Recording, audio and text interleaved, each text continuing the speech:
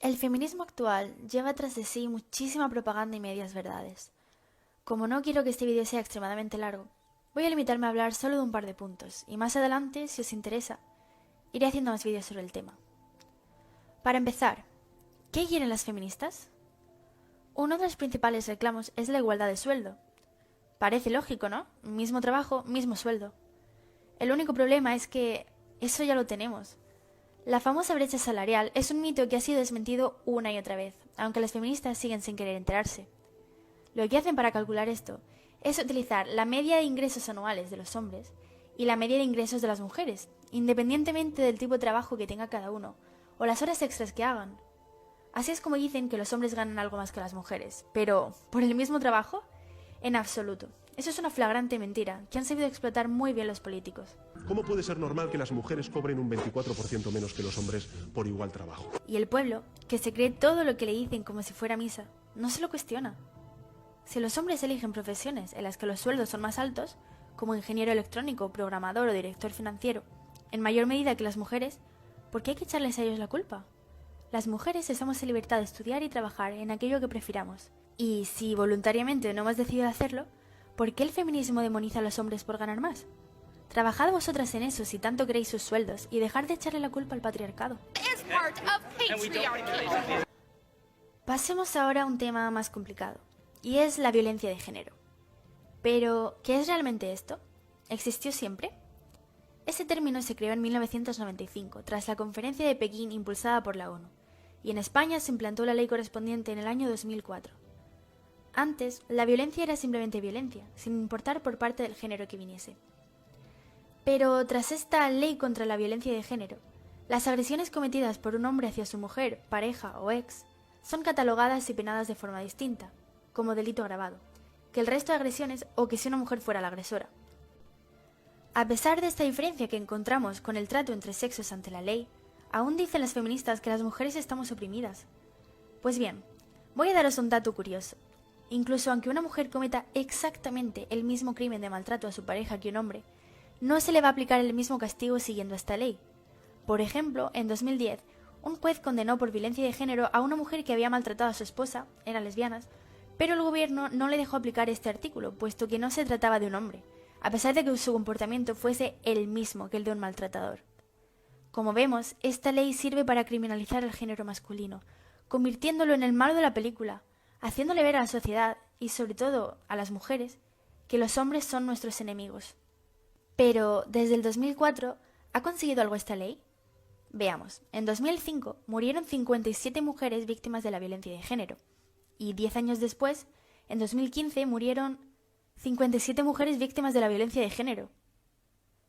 Todos los miles de millones de euros de dinero público, de recursos, de tiempo invertidos en la ideología de género y no han logrado nada. Tal vez, señores del gobierno, sería mejor que dejasen de intentar dividir y enfrentar a los hombres y a las mujeres españolas y comenzasen a tratar a todos los criminales por lo que son, criminales, independientemente del género de su víctima. Si tanto les importan las mujeres, ¿por qué quieren derogar la cadena perpetua revisable para criminales asesinos? ¿No es esto sumamente hipócrita a la par que contraproducente? Pero bueno, ya hemos hablado de las mujeres. Veamos si los hombres son realmente tan privilegiados como las feministas nos quieren hacer creer. Según ellas, vivimos en un sistema patriarcal y opresivo. Siguiendo esta lógica, entendemos que las mujeres deben ser en mucha mayor cantidad las víctimas de homicidios, ¿no? Como podemos ver en pantalla, y de acuerdo con el Instituto Nacional de Estadística, cada año son asesinados más del doble de hombres que de mujeres. Vaya, para ser un sistema patriarcal, parece que a los opresores no les va tan bien, ¿no? Algunas feministas me responden a esto. Pero la mayoría de criminales son hombres. Sí, ¿y? La mayoría de soldados, bomberos y policías que nos salvan de esos criminales y que mueren en sus puestos de trabajo también son hombres. Veamos algunos datos más.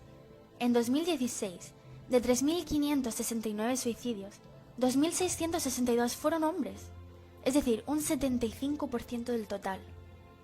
De nuevo, información verdaderamente reveladora que hacen que la teoría del patriarcado opresivo que mantienen las feministas se derrumbe por su propio peso. ¿Y qué sucede en los casos de divorcio? En el 76,95% de las familias con hijos menores, La custodia se otorga de manera exclusiva a la madre, quedando el padre relegado al derecho de visitas, por lo que podemos afirmar que es a él al que se le vulneran derechos tan fundamentales como la dignidad, la igualdad, el recurso efectivo ante los tribunales, la presunción de inocencia, la honra, la intimidad familiar, la protección de la familia, la integridad psíquica y el derecho a la asunción de obligaciones por ambos padres. Pero, entonces, ¿por qué existe este movimiento feminista y esta ley contra la violencia de género? Veréis, si no existiera, sería claramente sabido por todos que al año mueren más hombres asesinados que mujeres. En cambio, ¿a quién le importa eso ahora?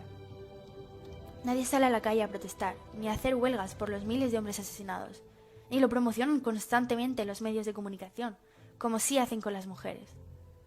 Los políticos e impulsores de esta ley le han dado al pueblo un motivo más de enfrentamiento, de discordia, que nos aparte y distraiga de los problemas reales. Hombres y mujeres cada vez se llevan peor, y es comprensible. Este feminismo moderno ha instigado el odio y el temor más irracional en los corazones de chicas cada vez más jóvenes, que creen que los hombres las oprimen o son los causantes de todo el mal de este mundo.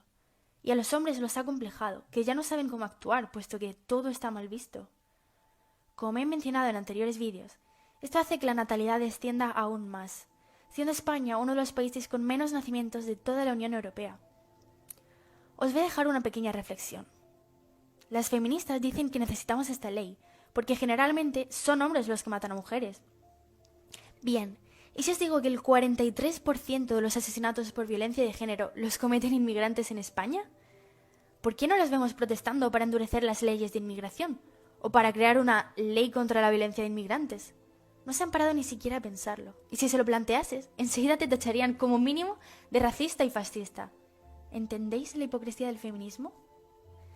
Muchas mujeres aún piensan que este movimiento está a favor de la igualdad, como fue a comienzos del siglo XX. Pero ya somos exactamente iguales ante la ley, y la propia Constitución lo garantiza en su artículo 14. No niego que haya algún hombre realmente machista, pero ¿sois vosotras tan débiles que necesitáis sentiros respaldadas por todo un colectivo que no promueve más que el odio y el enfrentamiento? Si alguien os trata de forma despectiva, ya sea hombre o mujer, le demostráis que están equivocados mediante el trabajo duro, la educación y el sudor de vuestra frente. Como hizo Mercedes Formica, que tras años de duro esfuerzo consiguió que en España se reformaran 66 artículos del Código Civil en favor de la igualdad. Todo esto en 1958, cuando sí que es cierto que había desigualdad real. El feminismo lucha contra un enemigo invisible, y lo que es peor, desde que lleva instaurado en España, no ha logrado nada por lo que supuestamente dice luchar. Yo ya no me creo sus patrañas. ¿Y tú?